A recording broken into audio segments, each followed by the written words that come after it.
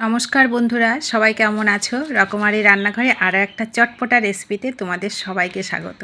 আজকে এমন একটা মুখরোচক রেসিপি তোমাদের সঙ্গে শেয়ার করব, যেটা 12 বছরের রোগীর মুখেও ভালো লাগবে। এতটা মজার হয় এই খাবারটা খেতে, আর বানানোটা তো একেবারে সোজা।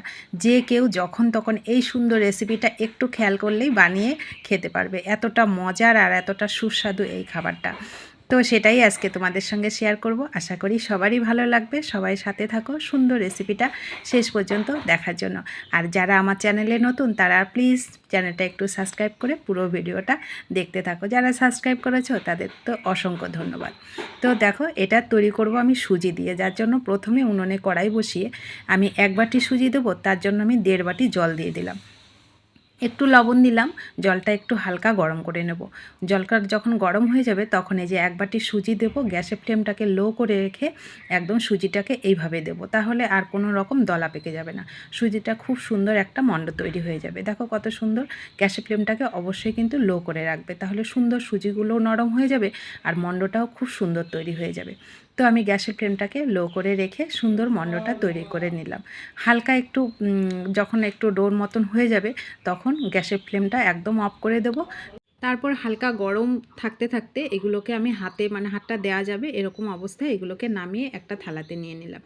এইবার এইগুলোকে একটু হালকা ঠান্ডা করে নেব। আর এর মধ্যে মিশাবো একটু চিলি ফ্লেক্স আর ধনেপাতা আর একটু কাঁচা লঙ্কা কুচি। এখানে চিলি ফ্লেক্স তোমরা দেবে, কিন্তু আমি এখানে চিলি ফ্লেক্স দিইনি, শুকনো লঙ্কা কুচো করে দিয়েছি।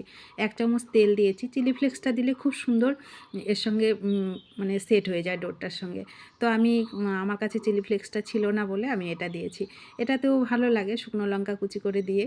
তো ভালো করে আমি সুন্দর করে মেখে এটাকে সফট করে একটা ডো রেডি করে নিয়েছি। হালকা গরম গরম অবস্থায় কিন্তু তোমরা করবে, একটু ঠান্ডা হয়ে গেলে তখন কিন্তু আর ভালো করে হয় না। তো হালকা গরম অবস্থায় সুন্দর করে এইগুলোকে দেখো একটা ডো রেডি করে ছোট ছোট করে লেচি করে এইভাবে তৈরি করে নিয়েছি। দুর্দান্ত স্বাদের হয়। এখন তো হালকা হালকা গরম পড়ে গেছে, আর এই গরমের মধ্যে এই চটপটা রেসিপিটা খেতে এতটা মজার লাগে, তোমরা না খেলে বিশ্বাসই করবে না। অবশ্যই বাড়িতে তৈরি করে খাবে, মুখে যখন স্বাদ লাগবে না, এই খাবারটা ভালো লাগবে না এরকম কেউ থাকবে না। এতটা মজার হয় এই খাবারটা খেতে। আর বানানোটা তো একেবারে ইজি হয়, খুবই সামান্য উপকরণ লাগে। এইটুকু উপকরণ কিন্তু আমাদের ঘরে থেকেই যায়। তো দেখো, আমি এবার এগুলোকে আমার সবগুলো বানানো হয়ে গেছে। এবার এগুলোকে ভেজে দেবো।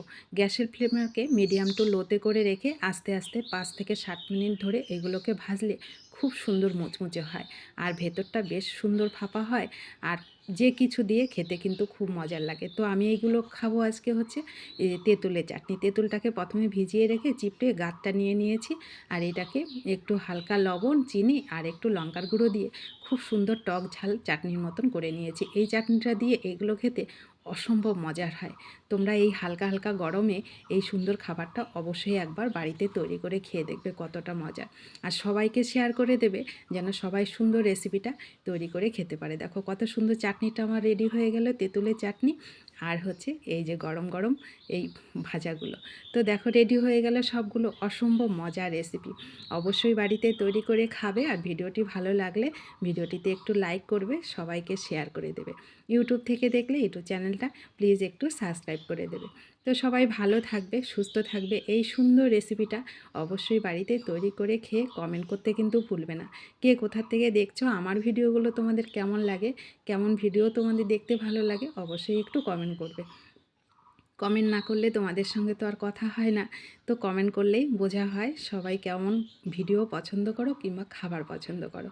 তো দেখা হচ্ছে তোমাদের সঙ্গে পরবর্তী ভিডিওতে। সবাই ভালো থেকো, সুস্থ থেকো। শেষ পর্যন্ত দেখার জন্য ধন্যবাদ।